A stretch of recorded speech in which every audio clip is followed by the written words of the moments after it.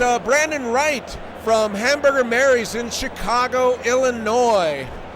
So Brandon, when I visited you at Hamburger Mary's, I was really intrigued because you've got sort of multiple layers within one venue. So you've got the front dining room that's kind of fun and kitschy, and then you've got the sports bar. Upstairs you got something else going on. What's up with that?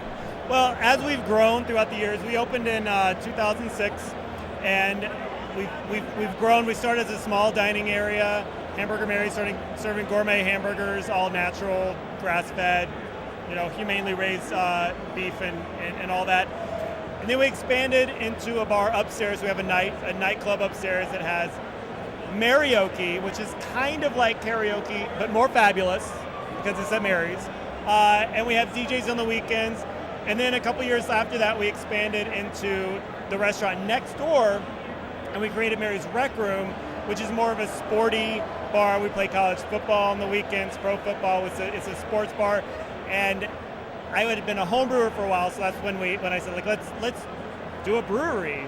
Why not? There's not very many breweries in Chicago, so let's just do that. It kind of fits with the sporty feel. So we have a lot going on any given night. You might, kids love the main dining room because it's colorful and the music is fun and upbeat. People that like sports, like the sports bar. People that want to dance go upstairs. So we kind of have a little bit for everyone. But it's just a fun place to be any given night, I think. So speaking of your breweries, so you've got in this kind of sports bar section, you've got a little fermenting room, and then you took me to the actual brewery, which is kind of in a prep kitchen. Talk about your little brewery. Yeah, I was a home brewer for a while, so my experience is home brewing on a stove, stirring the pot kind of thing. I didn't really have any background in commercial brewing. So when we expanded, we actually developed the restaurant that was there had a prep kitchen. I'm like, well, this is great. There's a 10-burner range. So we do all of our boiling and our mashing basically on a 10-burner commercial range and a 55-gallon pot with a false bottom.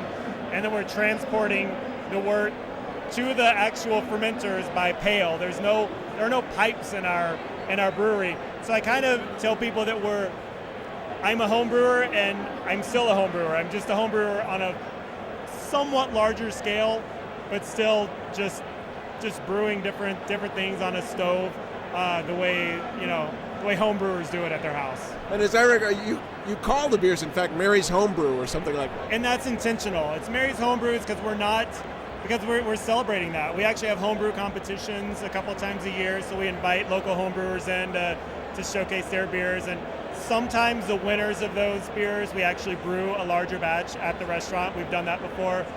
So we definitely celebrate that background because that's kind of where the craft brewing and that originates with people that just interested in brewing as local as possible. And how local can you get than your own house or your own bar down the street?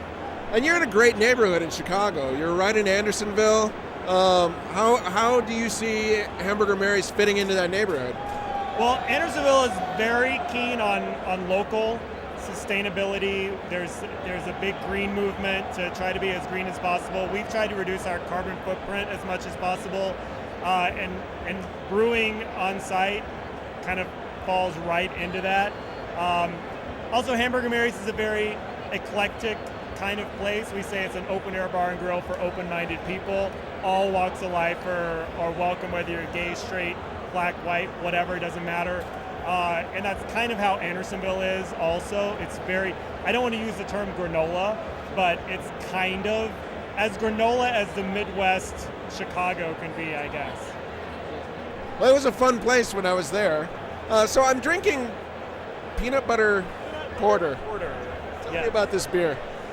Peanut butter porter is a labor of love because you have to get the oil out of the peanut butter, and it takes a long time to do that. But it's a basic robust porter recipe with some de-oiled peanut butter that we put into at the final 5-10 minutes of the boil.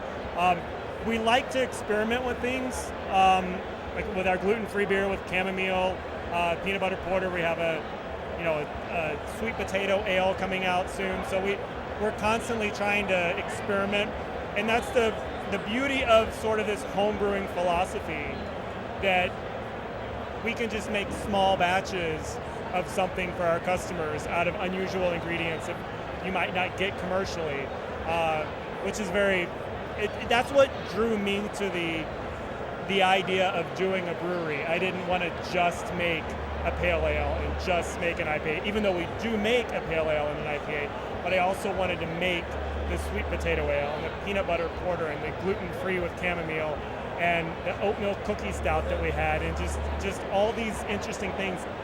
And sometimes it turns out like crap and we have to throw it away, but most of the time it turns out pretty good.